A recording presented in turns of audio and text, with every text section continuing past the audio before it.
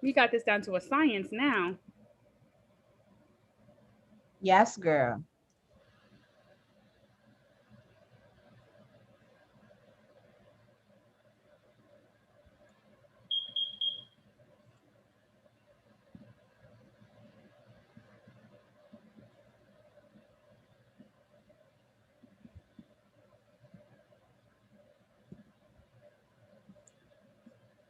Ready? Yep. Okay. Okay. All right, we here. Woo, woo, woo. What's up, everybody? Welcome to Black Ed Talks. My name is Alexis Chanel Achille. I am the founder of the Black Educators Collaborative, a creative writer, teacher, and one of your hosts from Black Ed Talks. Hey, what's up, guys? I'm Ebony. I'm also an educator. I am the director of a nonprofit, entrepreneur, author, all that good stuff. And I am also a host of Black Ed Talks, and we here to bring it. As usual. I mean, if you've been following us the last few episodes, you know that we have some really great conversations in here. We pass along the knowledge and we really dig in deep, okay? We're not playing with these questions. We're not playing with the people that come on to this show because we respect our audience and want to make sure that you all get all the information that you need about the actionable agenda items that the Black Edfluencers-United is pushing forward and seeing what they actually look like in effect. So tonight, we are going to have a dynamic conversation. And I say this every week, but I really think that this week is going to be even more dynamic because this conversation is centering on one of BU's 7 actionable agenda items, restorative justice. Okay. Now, we know that restorative justice is a buzzword. And so, and you know that our profession as education is filled with buzzwords, okay? Culturally responsive education is a buzzword, which we were able to dig in and get in there, right? Yeah. Making sure that our Black history is taught in schools is a buzzword, and we dug in there. And so today we're digging into the buzzword restorative justice. We're going to be chatting with a whole bunch of stakeholders who in various ways have implemented this practice in their school building and New York City as a whole. All right. So one of our guests is Mr. Tabari Bunami. He is a Hollis, Queens native and current principal of Nelson Mandela High School. He has implemented restorative justice practices within his school building. Though he does not call himself an expert, he has been recognized widely for his work. Yes, and we also have Shamari Akil, who is currently a restorative practice director for New York City Department of Education and has been a practitioner of restorative justice since 2013. So he's been doing the work. He is responsible for training, administration, and staff in restorative practices. Right. We also have Miss Carolithia Laguerre, who is a learning specialist at Achievement First Brooklyn High School. So as you all can see, we're getting these different stakeholders a part of this conversation. She began her journey in education in 2015 through the New York City Teaching Fellows Program, and she became a certified 7 to 12 special education teacher. And her big dream now is of making education attainable for all learners. That's what I'm talking about. And our final guest is Ananda Howell. She is a senior at Pace University and works with children in grades K through 12. Let's welcome our guests. Let's bring them on in. Bring them out, bring them out. Yes, come bring on them in. out, bring them out. In. Welcome, welcome, welcome. So we're going to cut straight to it. Shamari, this is for you. We know that you're really heavily knowledgeable about restorative justice, and we want to know if you wouldn't mind telling our audience what it is, where it comes from, what it means. Come on with all these buzzwords. Tell the people. Is he muted? Okay, I think I'm off mute now. Yeah. Okay, so first I want to say good evening to everyone. And I want to also say thank you for having me and giving me an opportunity to spread and share something that I love and feel deeply about. And so, your question is a good one. What is restorative practices all about, right? So restorative practices in a nutshell is a set of practices and principles and beliefs that are centered around building relationships with people. And so when you look at that in the context of a school, you're talking about building relationships with students and students building relationships with adults so that there's harmony in that community so that they can learn and learn well and progress, right? And we do that in a number of ways. But when we talk about restorative practices, there are a couple of things that I just want to make sure that I give to you guys first before we move further. It is not this sort of kumbaya, sort of let's make everything great concept, although there's nothing wrong with kumbaya, right? But restorative practices is not that. In fact, restorative practices or restorative justice is a very difficult thing for people because what it does is it forces people to be responsible or to take responsibility for their actions in a very honest and real way. So my motto is responsibility over retribution any day. That's right. And so when that is employed, people begin, especially young people, learn to take ownership for the things that they do that cause harm to other people, to the community, and to themselves, as opposed to just being penalized for it and then coming back later on and doing the same thing again, right? So it is a process by which we give young people and adults an opportunity to be reflective on their ability to build relationships, maintain those relationships, and to repair harm. One of the other aspects that's important about restorative practices is that it gives opportunity for everyone to have voice in their community. And so you guys have established that right here today by adding to this talk people who represent different stakeholders, right? From student to administrator, and that's a beautiful thing. The other thing that I want to make sure I impart right now is that it is a system by which harm is addressed in a way without always dealing with the actual harm itself, but it gets to the root causes of the harm, right? It gets to the root causes of the individuals who created the harm and how that harm has impacted the entire community. And so it doesn't always seek to sort of think about the crime or the punishment or the infraction itself, but what's behind it and how do we repair it so that we can move on. It gives voice to those who have been harmed, so that if I am somebody who harms you, Ebony, in some way, it gives you the opportunity to share that with me so that I now understand clearly, if I didn't before, how my actions have created harm to you and to our community. And I think those are some of the powerful things about restorative practices that go misunderstood.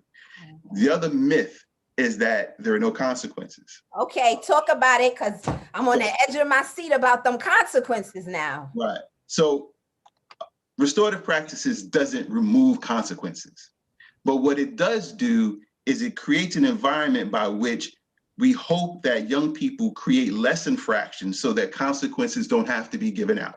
And the data shows, right, that when schools adopt restorative practices in a real honest way, infractions and suspensions have decreased, right?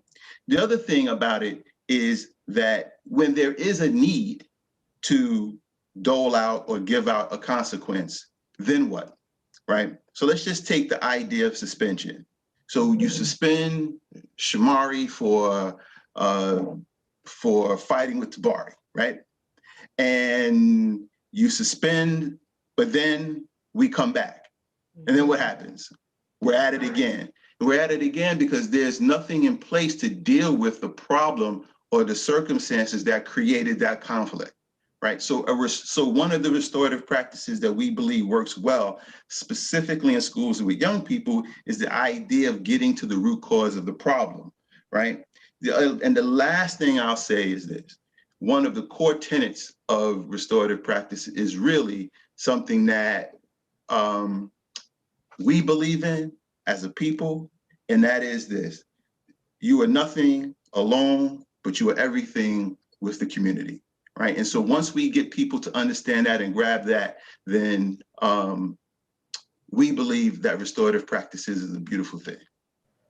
All right. Thank you for that beautiful outline as to what restorative justice is and what restorative justice isn't. I would love to hear from the others based on what Shamari has said, or even your own experiences with restorative justice. How would you define it? Right. So, how would you, in your own words, what does it mean to you? Or maybe did he break any of the myths that you believed in, as maybe he did with Ebony? Or is he affirming the things that you've already believed? Let's hear some voices. What do you all think? What does this mean to you in the educational space? Anyone, jump on in, guys. Don't be scared. So if I could, I'd like to jump in real fast. So I think Brother Shamari did an excellent job of outlining what it is.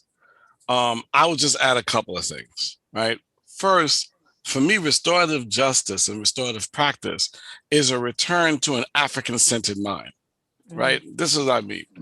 And I said this to my students. When you are an Ashanti or you are a Zulu and you steal from another Ashanti, you are still an Ashanti, right? If you violate a Zulu, you're still a Zulu. And so what restorative practice has taught me, and I try to teach my students, is that I can love you. And you can be part of a community that loves you. And so there's no such thing as putting you out of the community, right? Once you're part of the community, you're always part of the community. My grandmother taught me that, because I watched my cousins go to jail and come home and sit right at Thanksgiving table, right? And grandma's going to talk to you, and everybody's going to have something to say to you, but you're still part of that family, right? And so we've spent about 20 years involved in this plantation mentality called zero tolerance, right? And I was part of the problem. I was a dean at a transfer school, and if you fought, you left, right? And so we thought we were doing the right thing. We thought that we were teaching our kids discipline, that we were saving them from the streets. If we give them discipline here, they won't have to get beat up by the cops outside. But what we did was we helped watch thousands upon thousands upon thousands of our children be suspended into prison, right? We watched thousands and thousands of our kids be suspended into academic nothing, and then wondered why our community was as decrepit as the community of the plantation owners. And so for me, returning, because we're not going into restorative practice, we're returning to restorative practice. That if you're mine, you always are mine. And so what we do is we create an atmosphere so you can continue to be mine. So at the school that I'm at, we base everything that we do on several principles. Two of the major principles is Harambe, the Swahili term that we pulled together in a common direction, and the South African term Ubuntu, that my humanity is defined by your humanity. And so we use those concepts so that when a problem does happen, you can restore. Right? When a problem does happen, you can talk about what can we do to be together again, right? That if I am because you are, and because we are, therefore I am, how can I get back to that? What the problem with and I'll be quiet because then I get hot and I'll be talking for an hour. The problem with restorative practice inside the school system is not the practice or the concept. It is school system without community. So what the hell are you restoring? That's right. If I don't have a relationship, then you can't restore me back to nothing. That's right. Right? And so you might as well go ahead and suspend me. Right? Because you've already suspended the opportunity for us to be family. Yeah. And what I've noticed in schools, to add on to your point, is that, yes, before there was the zero tolerance, right? So we went to the far left, the extreme of the extreme, right? And now we have the restorative justice aspect of it, but we don't want to give consequences because we build in community. That don't make sense to me. Because if we're in a community, I have to hold you accountable. So there has to be a balance of the two, right? And before we can build community within our classrooms, we have to build community within our schools. That's right. So can I just give you one example? And I promise I'll be quiet. I had one of my students about 2 years ago. She lost her entire mind, not just some of it. She lost all of it. And she smacked one of our like subs, right? Now this sister, because, and I'm gonna tell you, it wasn't me, is because this sister believed in Ubuntu and Harambe. She got up, walked out the room, came to my office, sat down, and said, listen, I want to talk to you because I need to be away from that little girl right now, right? Because there's going to be a problem. I held a circle with her, right? Because now it's about her restoring her faith that I was going to handle the situation in a way that was favorable to her, right? Went, talked to the young girl. We put her in a separate room. She was bawling. We found out why she did what she did, right? Had her mother come in. We held a circle with the young lady and her mom, right? Then that young lady got suspended. Before she started her suspension, she did a circle with the teacher. That's right. About 3 days, and actually somebody from Shamari, I actually called Shamari and said, listen, I'm gonna do this, brother, make sure I'm on the right track. And somebody from his office came over 3 days before she came back into the building. She was on a long-term suspension. We held another circle. Right? Because the consequence was not the suspension. The suspension was there to make everybody feel better, except for the kid. The consequence was sitting in front of that woman and saying, here's why I did what I did. I'm sorry that I did what I did. Can you accept my apology? And what came out was that the adult told the young lady, the young girl said, get out my face before I smack you. And the adult said, I wish you would. And so what happened was the adult then, in her own understanding, apologized to that young lady for saying, I wish you would. Yeah. I don't know what anybody else learned that day, but everybody in that room learned a lesson that was more powerful than what I think they may have learned in math. That's right. So that's the relationship between consequences and what Shamari laid out for us in the beginning. Yes. I love it. You guys already switched my mind. And when I tell you, when I came in here, I'm like, yes. Yes, this is right on the money. So let's hear this, right? Yes, y'all are changing the mindset. Okay. What about the rest of you guys? What does it mean to you? So I think, everyone is really, when you think about restorative justice and you don't know about it, everyone's like, what do you mean no consequences? I was the same way, like, nothing's gonna happen. And I think that when you think about restorative justice as a way to replace discipline or to fix a bad behavior, it won't work, because you're assuming that, I'm gonna, do this circle and nothing's gonna come of it. And then when you go into it that way, that's exactly how it happens. So if you, as the person who is holding a space for the person who has caused harm and the person who is harmed, and you're not taking it seriously, it's not going to work for the children either. And like you were saying earlier, Ebony, that there needs to be a sense of community within the staff and the people who work at the school before we can bring that to the kids. If we are not on the same page about these things, then we're gonna fall. And to build a sense of community, everyone has to be in it. It can't be, my class, we do these things. In this class, we do these things. That's but right. In this other class, the discipline is the way I want it all the time, and students don't have a voice. Students have to be able to trust you. If they don't feel comfortable doing things in class, they don't feel comfortable making mistakes, they're going to react to how you make them feel. So if you don't give them a space that they feel they can trust you, or if you don't show care, then they're not going to be able to do those things either. I think one thing that we talked about a lot at the school I used to work at with Alexa was that we assume that students know how to be empathetic. We assume that students know how to do these things because in our mind, these are innate things that people should know how to do. So we don't teach them these things and want them to do them just right off the bat. So I think all teaching students what care means. What does that mean in the classroom?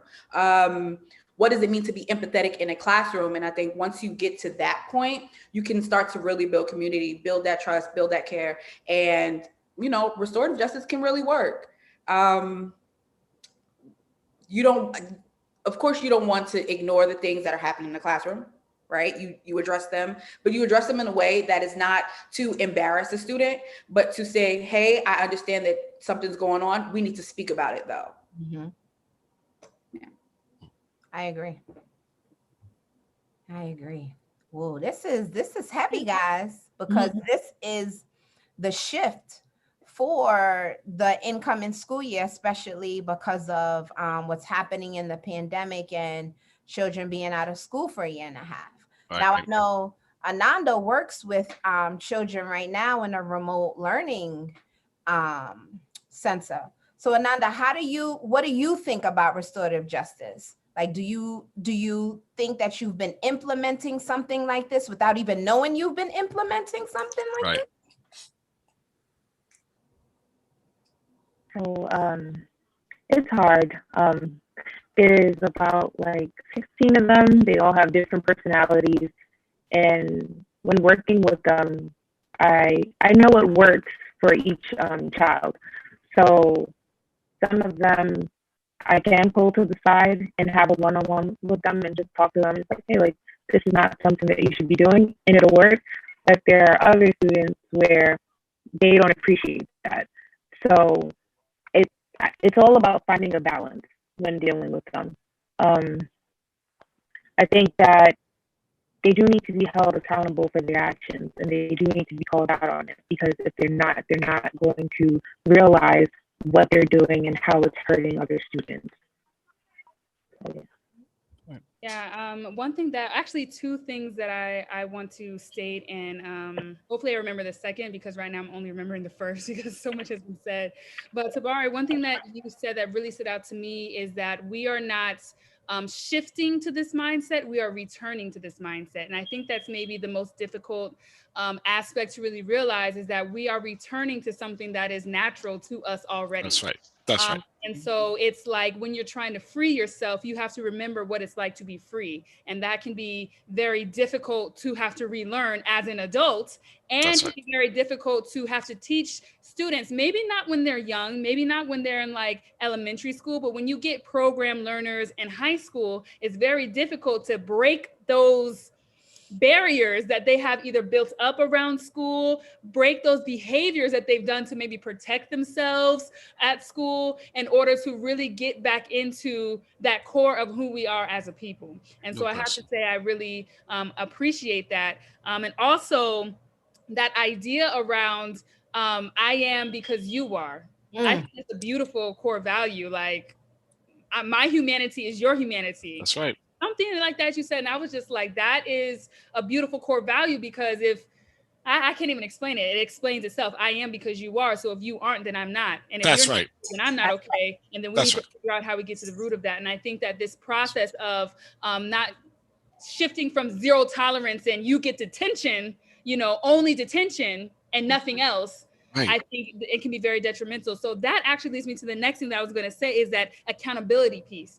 People also need to learn how to be accountable and what that actually looks like. So one thing that I've learned by integrating restorative justice is that accountability is a part of the restoring. So if you broke a rule at school, you now are going to have to do A, B, and C in order to bring yourself back into this community properly. And another thing that I really like that you mentioned too, Tabari, is that it levels the playing field. There is no power structure in restorative justice. And that's something that I absolutely love, is that when that teacher said to that young woman, you know what, I can also apologize. I see where I went wrong too. Not only is that powerful for that teacher to realize, like, hey, I'm the teacher, I'm the boss, I can never do no wrong. It's like, no, you need to come down and see where you might have provoked the situation. But it also shows the student, wow, an adult is apologizing to me. I might have caused the ultimate harm by slapping this adult, but this adult can now see where maybe she had provoked me. And that trust becomes, is able to be built. So let's talk some more about implementation. So we talked about this big idea of restorative justice. We talked about the woo-woos and, in a perfect world, but let's talk about really getting to the nitty-gritty, right? When an idea is implemented, there's always some challenges and there's always some successes. So the question really is, what has worked and what were some challenges when implementing these practices at your schools? And what do you foresee to be a challenge post-COVID, especially because they just announced that there's no more remote learning. So these little black boxes is disappearing. You can't hide from me now. Can't stay on these all class period because I looked you right in your eye. That's right. That's right. That's right. So the main three questions are: what has worked? What are some challenges when implementing it? And what do you foresee to be a challenge post-COVID? I'll also drop this in the chat for you all to have note there too. Anybody jump on in. Go ahead. So I'll take it. Okay. So a couple of things I just want to touch on here. And I'll tie it into some of the challenges of going back to in-school learning. So when we consider holding people accountable for quote unquote laws or rules that they break, we have to look at this in a different context. And I say that because 20, 30 years ago, there were certain rules in this country that prohibited us from even gathering in particular areas. There were certain rules that said that we couldn't vote. And so, or we couldn't be in a certain part of town, or we couldn't be out after dark at a certain time, right? So those were rules and those were laws. And if you broke them, then you were held accountable in an unjust system of law, right?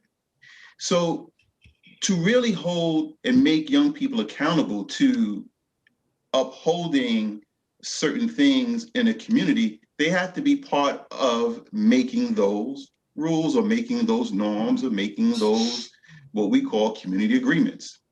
And so, we encourage through our training, right? We encourage teachers and administrators to begin the process of developing community agreements that bring in students so that they are part of that process. And so that when you want to hold somebody accountable, you say, look, you were part of developing this rule, or you were part of developing this community agreement. This is not something that I'm imposing on you, but this is something that you had some say-so in. And so if we want to start holding people accountable truly, then we have to give them voice in making some of these things we want to hold them accountable for. The other thing that I think that I have to say at this point too is that the idea of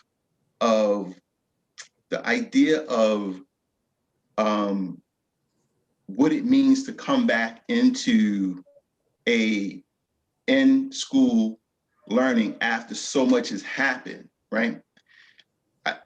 You have to deal with what folks have gone through. Yes. You have to put in place systems and structures and dedicated time to giving young people and adults opportunities to have a safe place to talk about what they went through during this COVID period, right? During this time of huge social unrest where things were being broadcast to them on the news constantly, right? You have to give people the opportunity to unpack and deal with what they are feeling that's connected to that. So, and the problem is this. The problem is we live in a society where everything is expedient. Everything is quick, right? Restorative practices is the opposite. Restorative practices takes time, right? And so we live and we work in a system that tries to quantify everything through data and through numbers. And although I get it and I understand that that's important for quote unquote funding, but restorative practices was never meant to live in a constricted concept like that. This is a Western idea, right? Restorative practices is not that. And my fear, right? I shouldn't say fear, but my concern is that we will try to quantify restorative practices in a way in which it wasn't meant to be quantifiable. And yes, we can look at suspensions. Yes, we can look at infractions and say they're down, but there is so much more to restorative practices That's than right. looking at the data. That's right. There's no data that will quantify Tabari's story that he shared between that young girl and that teacher. There's no data for that. There's no data point for that, right? And so what we will try to do is we will try to say, this stuff is working, look at the data. This stuff is not working, take a look at the data. And so it's something that we really have to think a little deeply about, a little deeper about. Yeah, I actually want to jump in after that really quickly, because I really love that you mentioned that this practice is being merged into a system that is all about data. That's That right. is all about numbers. And it makes me really think about my own educational career as a teacher, where it's like I was doing my tenure recently, and it's like, some of the things that I felt like was most impactful, was not supported by any data that That's I right. had. It's That's like, right. okay, well, who passed my class? Great, but you didn't. For this student with IEP to move from a 45 to a 67, even a 64, which is That's right. failing That's right. on data by numbers, that looks quite bad. But like you just said, you can't quantify. You can't put in numbers the conversations, the time, the effort that's put into building up a person, that's put into adding into their story. And so I really, really love that you pointed out that, one, this is a practice that takes time. It's something where every training you go to, they say, this will not heal all solutions in the first training. It's Right. going to take years and years to become fully restorative. You must be ultimately committed to this practice. And I think people think that this is sometimes a Band-Aid, a one-off fix-all, but don't realize that even as the adult, and especially even as white adults, there's a lot of self-work that needs to happen. And you're going to take a lot of that self-work home, and a lot of reflection, and a lot of things you're going to be confronted with in order to really make this possible. So I just had to jump in and say that. But anybody else want to jump in and contribute to the conversation, answer the question? Go ahead. So I definitely wanted to say a couple quick things. So first of all, I luckily I'm old, so and tenured, so I can say whatever the hell I want to say. We on that road. Me and Alexa on that road. Make sure nobody see this. I'm kidding. I told my staff not to give a damn about the data. I wouldn't give a damn if we did restorative justice as restorative practice and we had the same number of suspensions that before we did it. And that's not going to happen, but I'm going to tell you why I wouldn't care. Because this is a generational ancestral work. Yes. Right? This is work that is right to do.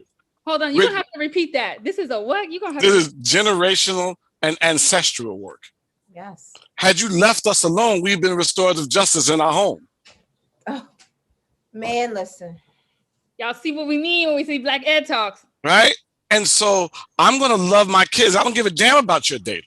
That's right. And then when I tell my staff, let me hang for the data. You ride with the kids. And so I love my staff. And it took us a long time to get to the point where we could say we love each other. Because when I first started saying restorative justice, they was like, hey, but that kid better not put their hands on me. Or that kid better not call me out my name.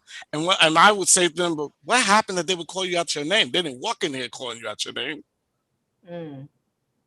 Right? They didn't say good morning, Mother Effa. Yeah. And so what's happening?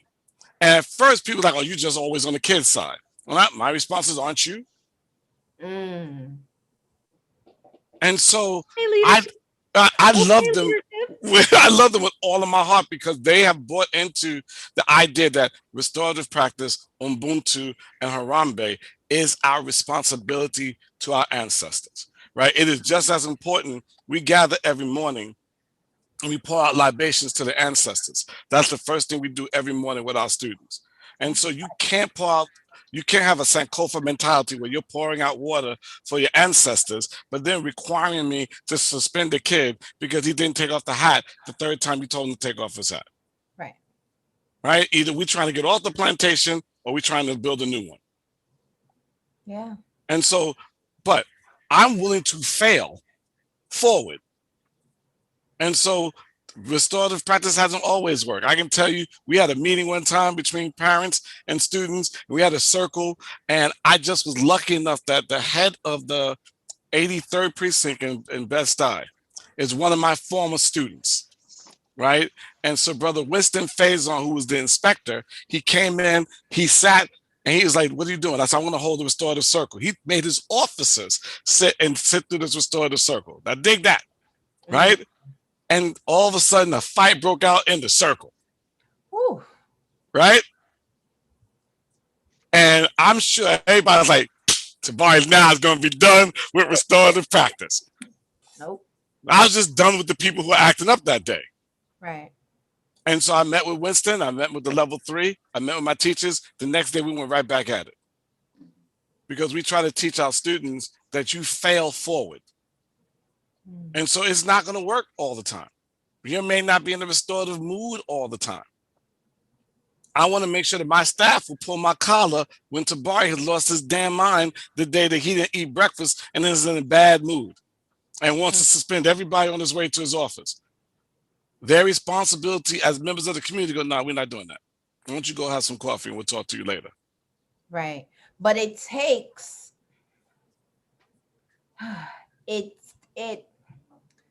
some people are not leaders. Some people are bosses, right? And it takes a great level of respect, empathy, and understanding, right? For someone to trust the principal. Right? Because I'm essentially not only just trusting you, to make sure that when I come into the building, I'm safe, but I'm trusting you that you in your haste is not also tearing me down. That's right. Right. That's right. And it's funny. Not this show. Maybe when we come back in September and we get tenure. I could but who's up for tenure? Who's up for tenure? Me and Alexa. I'm gonna pray for it. I'm gonna pray on it. All right. But you need leaders. You don't need a boss, right? So it's important that all of the stakeholders of the community must be committed to the journey, right? So that means I'm very reflective. So I know that when I'm riding home, my kids laugh at me all the time because I'm playing back what I did that day, what I said, how I could have said it better. And I'm saying it to myself. So I know that when I come into a school tomorrow, I'm going to pull that kid aside and I'm going to say, I'm going to give you tough love, number one. Like all of y'all are my babies. You might not have came from me, but you are my babies. And I'm big about community because the school in which I work is the school I graduated from, is the school my son graduated from, is across the street from my mama and daddy house. Like I'm all about community. So the children who go to that school is a part of my community because I went to school with their mothers and fathers. So I understand what it's like. So I'm going to pull you. I'm going to get you and I'm going to let you know. But I know that you have to be reflective. And I also know that people who work in schools, other educators, not everyone, is just there for a paycheck or is just there for convenience. This school is only 10 minutes away from my house. And they don't have the restorative in them because they, one, don't have the say-so to the point where I trust my leader that this is going to work or it's going to fail and we're going to continue to make it work until it works, right? So how can we get these stakeholders involved? And I'm not just talking about the Black and browns. How can we get these people involved? How can we hold them accountable? Because it's not going to work with the children. It's going to be hard to do it with the children when we have educators who are not a part of the journey. So yeah, I if I may, I want to just comment on a few things and make a few statements regarding some of that. So, Tabari spoke about the circle process, right? And one of the things that I think we have to understand about the circle process is that it has its place and it is a process. So a circle is not for every situation. Correct. And sometimes you don't know that until you're in it, right? One of the things that in our trainings that we try to make sure that people understand clearly is that it has to be something that everybody agrees upon. Correct. And the ground community agreements must be set and everybody must agree for that circle to be successful. I would say this also, in understanding accountability. I once met a woman from Boston. I went to a professional development, and this woman is a restorative justice practitioner, and she got engaged in restorative practices after her son was murdered. Now, she is also, and I think it's important for me to say this for this particular reason, she is a white woman, and her son was a drug dealer. Now, we have many members in our society who would probably say, well, he got what he deserved, right? And I'm not passing judgment on him because he was doing that. What I understand in my heart was this is a human being whose life was taken. But I say this because, and I give the story, the power of restorative practices is that in order for her to heal, she petitioned the Massachusetts penal system to visit her son's killer. And by facing her son's killer, one of the things she says in her documentary is that she chose not to look at her son's killer as a monster, because looking at him as a monster would allow him to get off the hook. She had to look at him as a human being. And as a human being, she wanted him to understand what he did to another human being. And so she developed her circles for mothers who had lost children to violence. Right? Now that's some powerful stuff, right? The other thing I want to say is, she said to me when I talked with her, and she says this also in her video or her documentary, that true accountability is from the heart. Punishment is always imposed. So we have got to think about making sure that people truly understand that. Now, the reason why this is so difficult is because this is a concept in which people were not trained in, nor were they taught this way. So if you have any age on you, if you're my age or between my age and say 25 or 26, that's a long distance. It's a long time. Then you were not probably trained in this.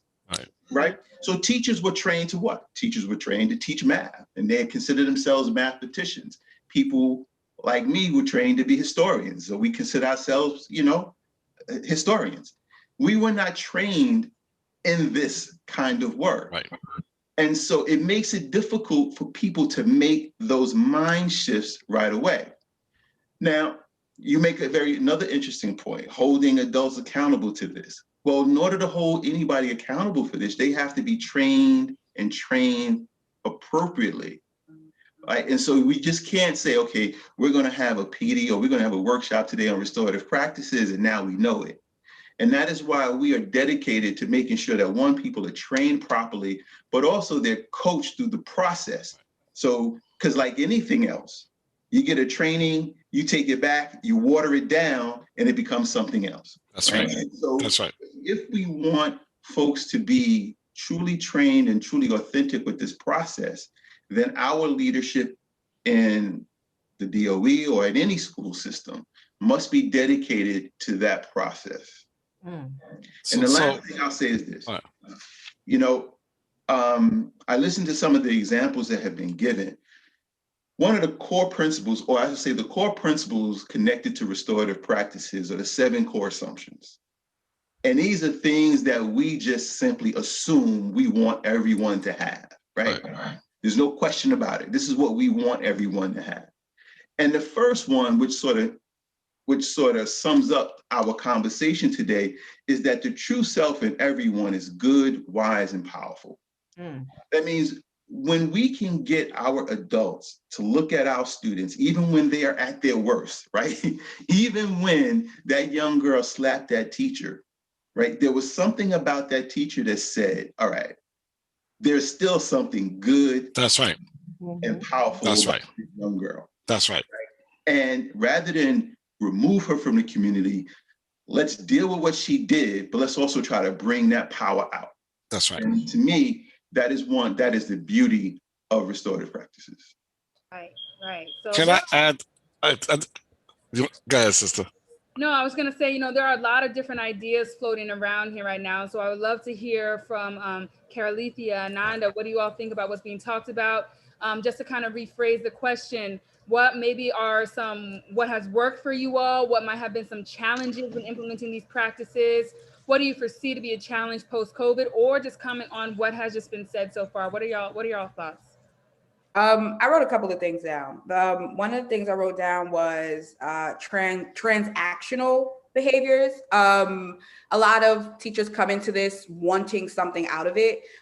If we decide to do this, what can I get from it? How can I change the students in my class techniques? And I think when we come into it thinking that we're going to get something out of it, when you go into anything with expectations of something, most of the time, you're going to be disappointed. That's right. That's right.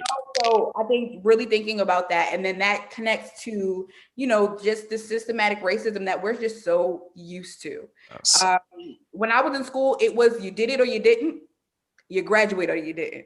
It was never, well, what's going on in your life? Right. What happened in the classroom to get you to this point? How did you end up in a fight in the middle of the hallway? Like Tabari said, no one just walked in there and instead, just started fighting. Something had to happen. And I think that for so long, we just ignore that. We're just like, this is unacceptable. You need to go. And it's never addressed. So kids come back, they're still just as angry as they were when they got in the fight the first time. Right. Yeah, That's they go right. to another fight. That's right. And it never gets solved because, again, we're expecting something out of these principles that are really something that we need to work on within ourselves, right? So when we are in the classroom as a teacher and we're saying like, this is my classroom, these are my rules, this is how it needs to go. And you have all these different personalities, at least 35 in this classroom that all need different things. They're not going to react to those things the same. We all, especially in the Black community, we talk about tough love. Oh, they need tough love. They need tough love. Some of them don't. Some of them will not react well to that. And then what you're getting is a reaction. They're not coming in there ready to fight. They're reacting to them, one, feeling embarrassed. You are a person who is in a position of power. Right. And they feel that from you. So when you embarrass them in front of their friends, in front of anyone, they're reacting with the most that they can, whatever they can give you, they're going to give you. And I think that when we think about restorative justice, we always need to think about how are we causing harm to our students simply by the way we may say something or making them feel bad about not doing well. Going back to what I was saying before, a lot of the times when kids are acting out in class is because they don't feel comfortable making mistakes, and they start, snowballing. And I think it's our job to say, what can I do to make sure that this doesn't happen? And I think one of the biggest challenges is that, like everyone was saying, we don't have the training in it. And right. Some people don't, some people are just like, this is not the way to go. We need to stick to what we know. And again, when you come into anything like that, it's not going to work. And I think that that's the biggest challenge, is getting everyone to want to be a part of that community and accepting their role in the community. Yeah. Yeah. And just to add on to what you said, it's not so much also students need to feel safe. Because if I don't feel safe with you, I'm not going to interact with you. I remember my son was in 5th grade, and the teacher came to me and was like, he just has this thing about him. We might need to evaluate him for special ed. And I'm like, no, he doesn't have this thing about him. I said, you never met his dad? And she goes, yeah, I met his dad. I said, okay, well, his dad is like high off of life, right? Like nothing is, it's just the world moving. And I said, he's the same way. I said, but it's funny to me that here we are in December and you're talking to me about my son and you're saying that he needs to be evaluated for special needs, and you don't even know that my son don't like you. So my son doesn't talk in your class or participate in your class because he does not like you. And she goes, well, how do you know that? I said, because my son told me that. And that wasn't my place to tell you that my son didn't like you. As an educator and someone in that room, right? You were supposed to pick up on that. And you need to tell me, what did you do that my son doesn't like you? And why was the first thing you wanted to do was refer him from special ed? I'm confused. And you know what happened? In this, his entire 5th grade year, there was a teacher who would pull him out of the class and let him do his work entirely in her room. 5th grade. And then you know what happened in 6th grade? He's in Rising Stars in the Gifted and Talented program. He's doing high school and college at the same time. Top of his class, National Honor Society. But had I not been that person to understand what my son needed, I would have said, you know what? He does walk away like, you know, life is just floating by. Let's test him. Are you kidding me? You are educating. You didn't know that boy didn't like you. He didn't like you because of your demeanor and your spirit. Energy is important. So a lot of these children, and I am one to walk with my colleagues and tell them, you need to bring it all the way down and slow down because the energy transfers. And I'm just not picking that up right now. And I do that with my students, and I have to let them know, if you are not okay, it is okay to tell someone, I need a few minutes. Not right now. After class, we'll talk about it. Because when I experienced that with my son, and I realized in that moment that if he would have never told me that, he would have been just another Black boy, shifted right into special ed, because I've seen them find something when there is nothing. I've seen it with my own eyes, right? And feeling safe, not only for the children to feel safe in the classroom, teachers have to feel safe in the classroom. That's right. I lead my class and tell them, hey guys, had a rough morning getting from work to here, and I need about 10 minutes to get my entire self together, and then we're going to start. But you're going to follow the first 5 steps to unpack, get yourself ready, but you're going to give me my space because I'm going to give you your space when you need it. And then we start the day like it's nothing, right? But everyone has to understand you are human, you are a person, and you have feelings. Right. And you got to speak up for yourself. Right. So, you know, I wasn't excited about this restorative justice, to be honest with you. I'm going to be 100% honest, but with the right training and not just saying, go to this PD, we're going to flip it and do what we want to do with it, right? We're going to see this all the way through. We're going to call in the people who know. So when I start calling on y'all, don't act like you don't know who I am. I'm just saying. I'm there. Right? Because this can work, because this is what 9 times out of 10 we are already doing in our classroom with our kids. Exactly. Ananda, jump in there. What do you think? What's your thoughts on all this?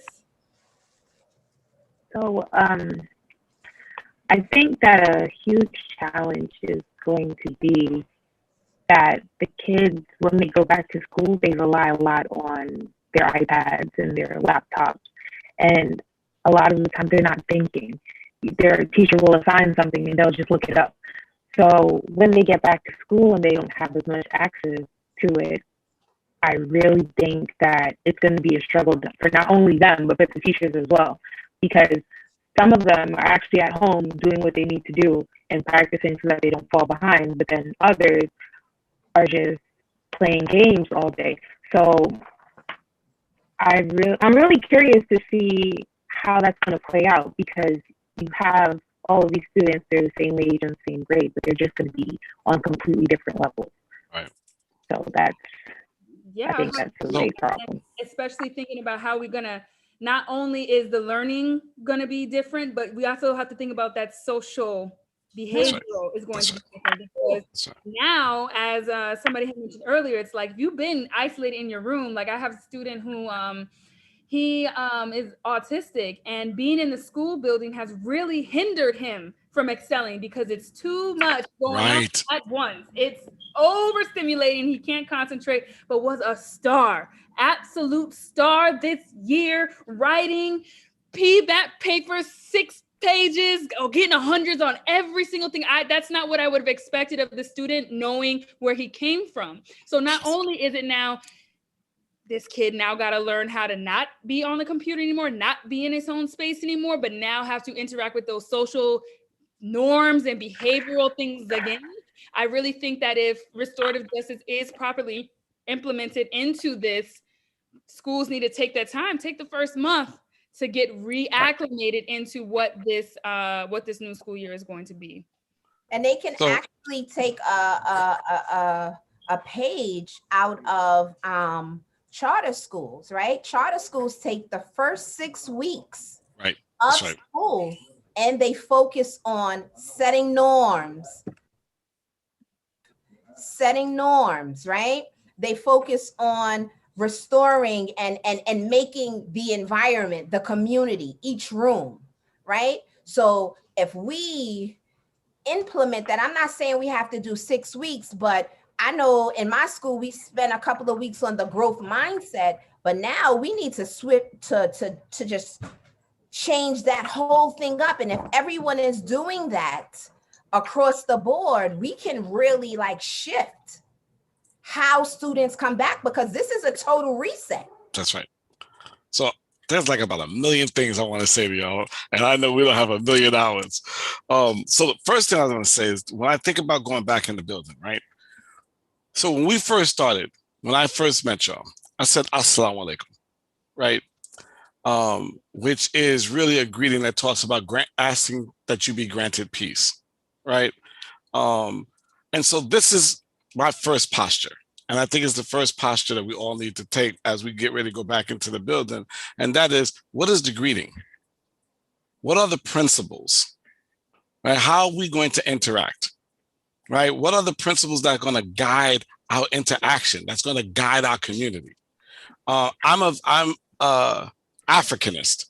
And so I believe that the principles that we talk to our kids about should be African-based or indigenous-based principles. Right. So like I said, I don't believe in we're going to unify and collaborate. We're going to engage in Harambe. Right. When we talk about freedom, we talk about uhuru. Right. Because I believe that our young people need to know that there's value in the language of their heritage and their ancestry. I also believe in energy. Right. And I believe that when you call it, it comes. When you name it, it calls back to you. That's right. That's for any type of energy. That you follow me? So if you call it improperly and you name it a problem, it will come to you.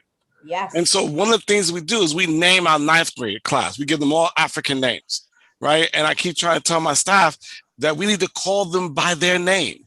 And so if their Swahili name says warriors of intelligence, then call them by that name so they can answer you like a warrior of intelligence, right? And so I think that we need to begin to prepare the field for this struggle. I wanted to say also something about accountability. And so I'm going to try to make this quick. But there's a difference between a response and accountability. This decrepit country only talks about accountability when they talk to Black and brown kids, when they talk to the poor kids, right? But a white, racist, disgusting rapist who's a president, we don't talk about accountability. People try to rebel against the decrepitude of your constitution that already had damned us into insignificance. There's no accountability. Our kids are not stupid. They know that we're lying when we say accountability, because they know that we live in a country that doesn't have any accountability. When a cop can kill someone and walk away from it, but we're going to tell you have to have accountability because you have a bag of weed in your pocket. They know that we're lying, and they know that we are not authentic. So at least we can be honest and say we're going to have a response. Because I can't have people who are enslaved in this country believe that they need to be accountable when the master and those who enslaved them are not. There's something evil about that. There's something spirit damning about that. Right? Who's accountable for their miseducation? Who's accountable for them not knowing their history or their culture? How do you get to the 12th grade and know not a damn thing about Puerto Rico, Trinidad, or Egypt? Whew. Who's accountable for that? Right? Who's accountable that I'm in the 9th grade and I can't read? Or that because now I am a scholar and I got accepted to 10 colleges, but you don't know what's happening with my mother, my dad, and my other brothers and sisters. Because you find one, save one, and then send them home. So we'll be better off telling our kids, listen, we need a response. And that we need you to be better. And so what I believe is you take restorative practice and you marry it to critical consciousness. And you tell them that we are restoring to get you ready for a war. We are restoring so that you are ready and not broken, right? So that you can change the decrepitude of a society that you find yourself in. That we are going to have a response because we have a response. We're going to have a response because you are in the plantation institution. Regardless of my school is called Nelson Mandela School for Social Justice, I don't own any of the brick, nor do I own the land that it's on. So there's going to be a response. So how do you hold your head up in the midst of that response? How do you come back to the community that loves you in the midst of that response, build your critical consciousness, and then hold this country accountable? Then we can talk about accountability. You done said a whole word, sermon, everything. I'm ready to run from the front of the house to the back of the house, right? Because you just brought up something that we know this, right? Life and death live in our tongue, right? That's right. But language is everything, right? And it can shift you from, hey, I'm happy today, or I'm sad today, right? That's right. And we have to be mindful that that same language will propel us through whatever it is on the surface. And we just need to know, why is this necessary for New York City communities? Why is it necessary for our children in the Department of Education? Why is this work necessary? And I want why do we need it? Question too, because it's not only for the children, because for everyone, for the community. It's for every person. Yeah. So anybody jump in. Why is this work, like she said, necessary? It's almost like it mandatory, almost, where it's like an emergency situation, it feels like. Yeah. Why is this necessary? What do y'all think? Because America is a dying civilization, and only those who have been oppressed can save it.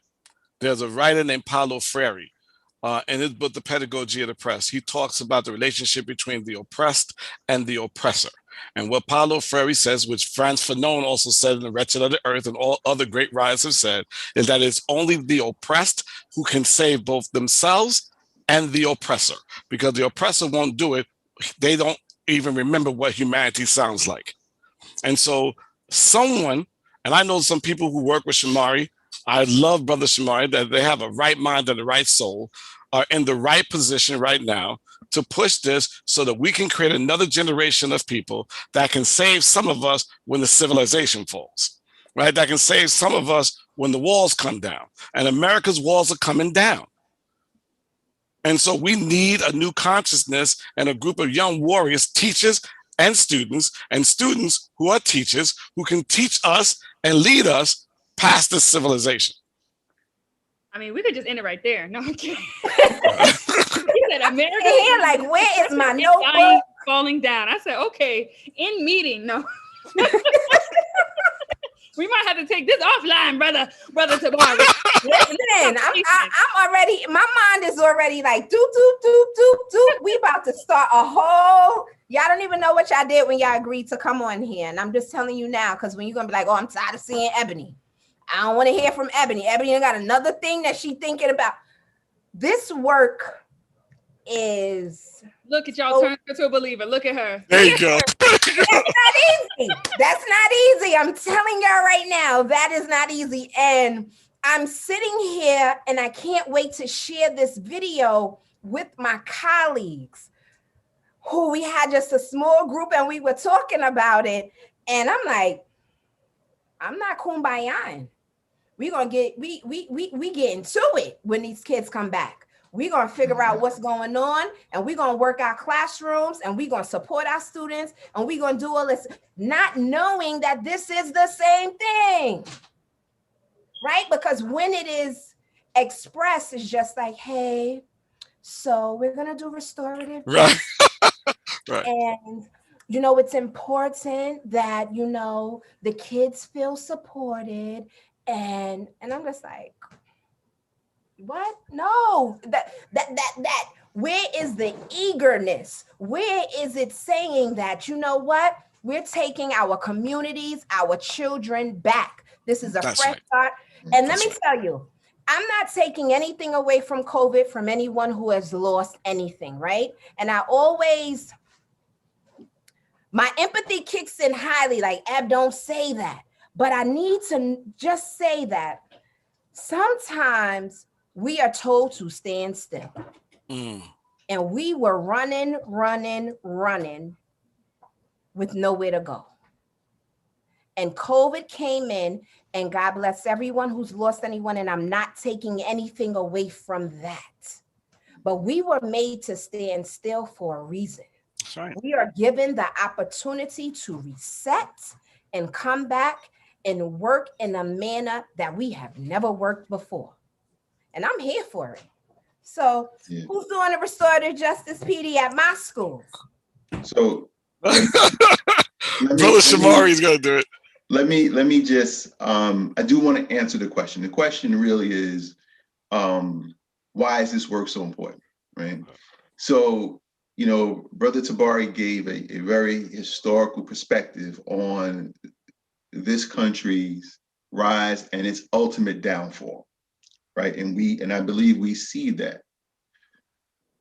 But one of the things that I think we also have to point out is in this downfall, we see our young children being affected the most.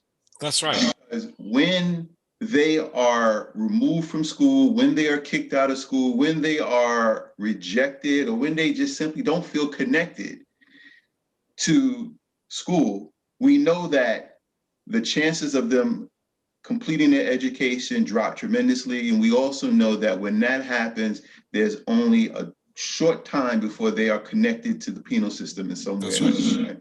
I mean, That's right. so we all understand the dynamics of the school to prison pipeline. Undeniable. The other reason why we need this work is because we're in a nation that is torn apart, where everybody is hurting. There is so much healing that needs to take place in this country alone, that we need practices like this for all of us, right? And I don't know of a time in my life when we have been more divided as a nation, right? I'm quite sure prior to my birth, yes. And historically prior to my birth, yes. But right now, I think what has happened is our last president, he wasn't the issue, but what he did was he unearthed all of the unsaid, all of the unspoken issues around race relations, around systemic racism, around oppression that were simply underneath, and he has brought that to the forefront. And by doing that, we see clearly that there's half of this country that believes in this dude. And if you believe in him, then you cannot be for all people. To me, it's just that simple, right? However, we do have to find a way to reject that and to move forward. And that is our young people. That is the generation of people who we are working with now. We have to do what we can to heal them, educate them, and prepare them and move them forward so that they can take this world into a better place. I say, brother. So I'm thinking about like how do you bring like restorative justice into the communities outside of school? And thinking about like, why is that necessary? So what came to my mind was like the Black family and what that looks like and what discipline looks like in the household, and just how many of us have grown up is this is the parent, you are the child, you say nothing, you're seen, not heard. And I think that we bring that into the classrooms because that's just how we grew up. We bring that into the classroom. You are supposed to be seen and not heard. So when you have students who have so much to say, be told that their opinions don't matter at this point because it's not what you have envisioned for them, they don't want anything to do with it. And they end up saying, school is not for me because they don't have a place to express themselves. Correct. They're just sitting in a classroom at a table, learning things that they don't see the worth in. And part of that is because they are not a part of the learning. They don't feel as if they are a stakeholder in the learning. So why then put so much effort into something I don't necessarily care about? And it doesn't seem like people care about what I want to learn either. And then thinking about just what happens outside of the school building. We have to undo so many things that are happening to these children that when they get into the school building, the last thing they're thinking about is how to balance a chemical equation. They're thinking about, is my mom going to lose her job today? Am I going to have somewhere to go tonight? And we ignore all those things because we're told that that is not our job. And we kind of just push that to the side. And these kids come in with so much just angst and anger and so many things going on that they don't know how to express because we haven't taught them how to do that. So I think this work is so necessary, not just about getting them through school, but getting them through life and being able to say, this bothers me because, and it not becoming something physical. I think about like all the examples that our kids have when it comes to dealing with issues. And it's fighting. I'm going to go see this person about this, and this. And it's never, I want to talk to you about how this made me feel and how we can get past it. We hold on to so many things because we just don't talk about them. We think we punish people by, we stop speaking to them, whatever the case may be. And we see that as a punishment when you're really just punishing yourself because it can be spoken about. You can talk about it. You can say that this made me feel a way and that's why I reacted this way. And we ignore those things in our own lives and then try to teach kids how to do it. So I think, it's needed across the board in our community, in the world right now, because we a mess. Yes. It really makes me think about how oftentimes in school, we don't apply what we learn in school to our actual lives. Similar to what you're saying, Carolithia. It's like, okay, well, I learned this here, but that doesn't apply to me. And it's really like, again, thinking that a school community is separate from where it's the community that surrounds it. School is this, home is this, when really it's all intertwined. And I feel like, Ebony, every single one of our conversations comes back to this point. So if anybody doesn't learn anything from Black Ed Talks, you need to learn that school is intertwined with every single thing that anybody does. Because we sit here and talk about how I was harmed when I was in 3rd grade. I remember when my teacher did something wrong to me in kindergarten. And I am 28 and I remember what was done wrong to me in kindergarten.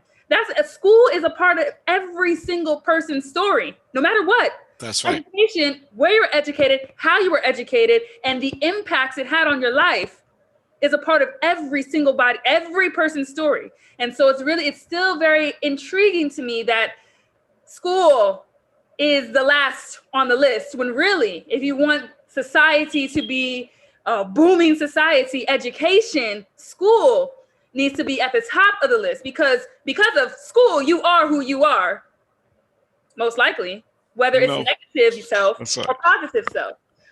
So I want to end on this last question, because, we talk a lot about our ideas and things like this, but we never here on Black Ed Talk just want to talk at people. We want to be able to give people some actionable steps, some things that they can take home and maybe even apply to either their own lives or even their own school communities. So I would like to ask, what advice or resources can you all provide to those that are watching? What's some advice or resources you can provide to those that are watching?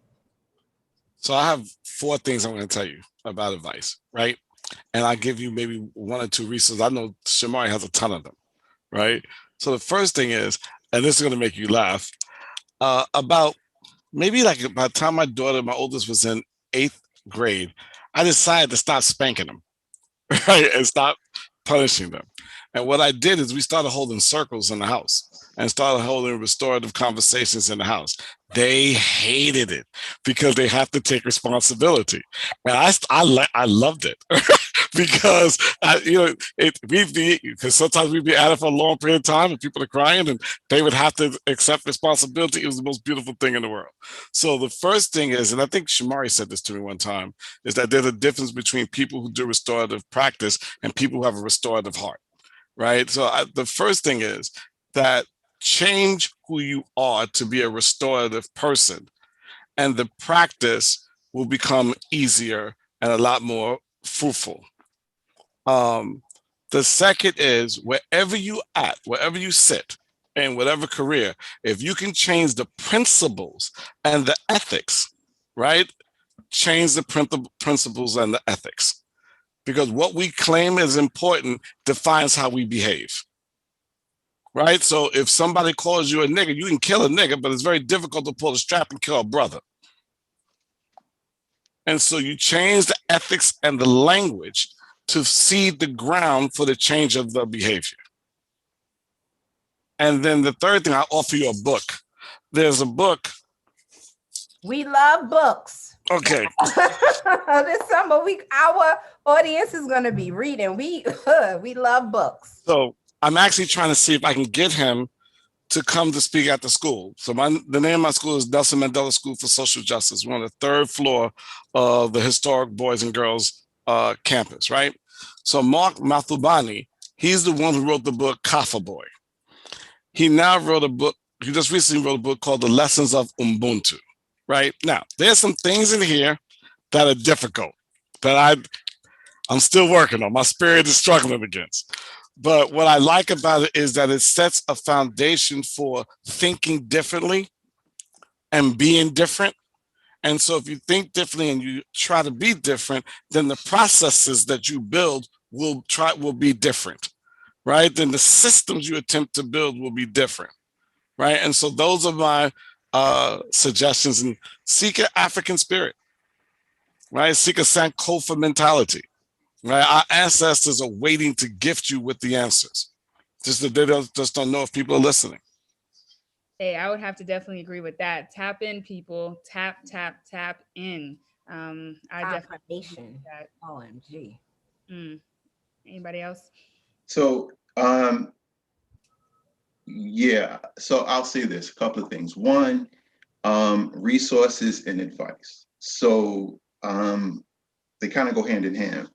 If you are in the Department of Education and you're listening to this, under the Office of Safety and Youth Development, we offer Tier 1 trainings in restorative practices, circle training throughout the year. I would say look for those postings and join one of those circles or join one of those workshops.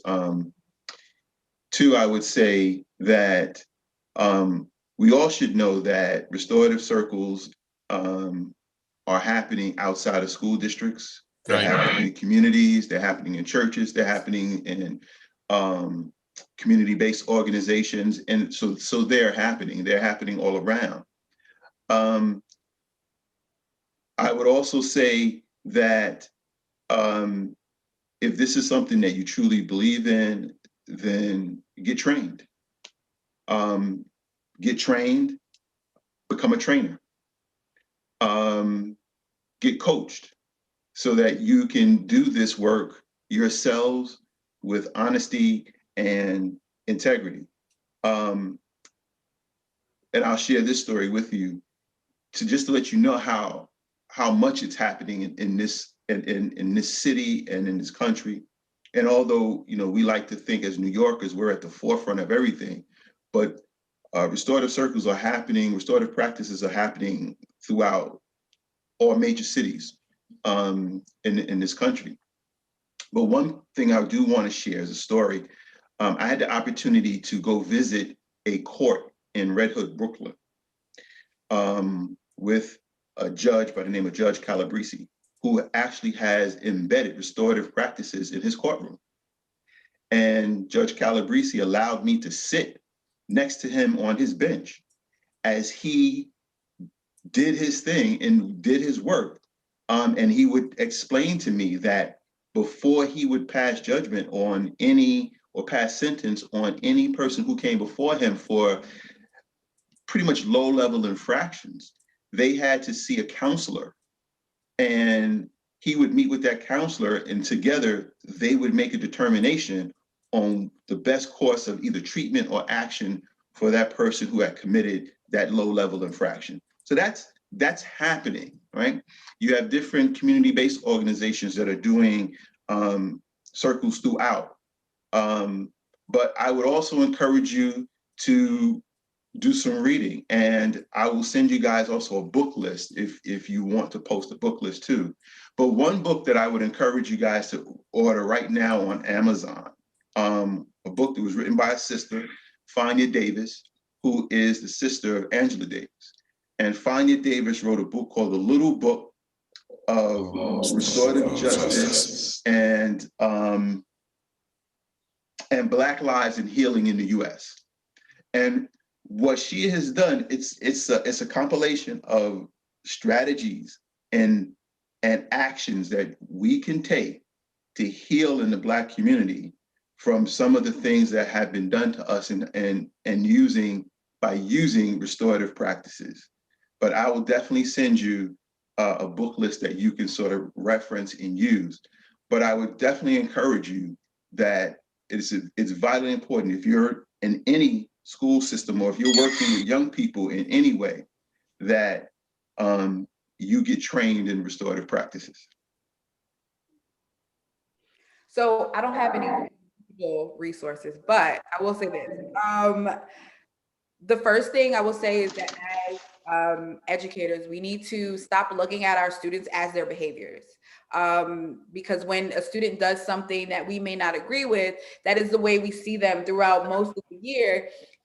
Even when they're doing their best, it's like you remember that one thing that they did that wasn't great, and you kind of treat them a different way because of it. So just seeing students as human beings who make mistakes and allowing them to make those mistakes. And I mean, get over it. Do the work, like you always hear the teachers who've been, teaching for 15, 25 years, like, I'm not doing this. Do the work. If you come in with the mindset that I'm not going to do this, or this is not going to work, like everyone else was saying, when you put words into the air, they come true. You speak that into existence. So do the work. Back to what I said in the very beginning, do not assume that students understand what it means to be empathetic, or what it means to show care in a classroom, or what trust means. Even the word respect, what might be respectful for me, they might not see as something that is respectful for them. And same with disrespect. I might feel something is disrespectful, but just because I feel something is disrespectful doesn't mean they intended to disrespect me. So being able to explain and have them understand what each of these things mean and not assume that they know. And last, like everyone is saying, seek information. Don't go in with, one PD in and be like, I know how to do this. You don't know how to do everything. So you got to seek the information from the people who do. Yeah. Wow, guys, this has been a shifting. People over there having revelations. Girl, this has been a shifting, and it also has been confirmation on a lot of things that I have been thinking about, experiencing, and discussing with colleagues. And it's important. And I am grateful that we held space for this, especially because the buzzword is going around right now, right? And everyone is scrambling to figure out or to make it their way when school starts back in September, right? So I am so appreciative that you guys came, you dropped knowledge, and you told us what it is, right? Because we're just going, I know for me, I'm just going off of based on, another PD that someone else is running or their perception of what it is, how it's supposed to be, and what it looks like, right? So today I was able to get a face to it. And this is what we do here at Black Ed Talks, right? This conversation is always about serving, influencing, and impacting education with all of the stakeholders. I'm just so in awe with you guys. And I'm in awe. We told y'all that we try to keep this down to 30 to 45 minutes, and we've been on the line for an hour and a half. I guess we just got to face it. Maybe this is an hour and a half show because we really be getting into it. And I'm so happy to speak to you all, get this knowledge view. I swear, every time I'm like, you know what? I'm tired of all this. I'm exhausted. I come up once a month on Black Ed Talks and get reactivated and ready to jump back into my job. Like, okay, y'all, so what we doing for next year? How we going to... So it's a constant reactivation. I appreciate speaking to you all. And I guess we'll catch y'all next time. Thank you so much. Send us those book lists. We'll definitely have that posted somewhere. Appreciate it. And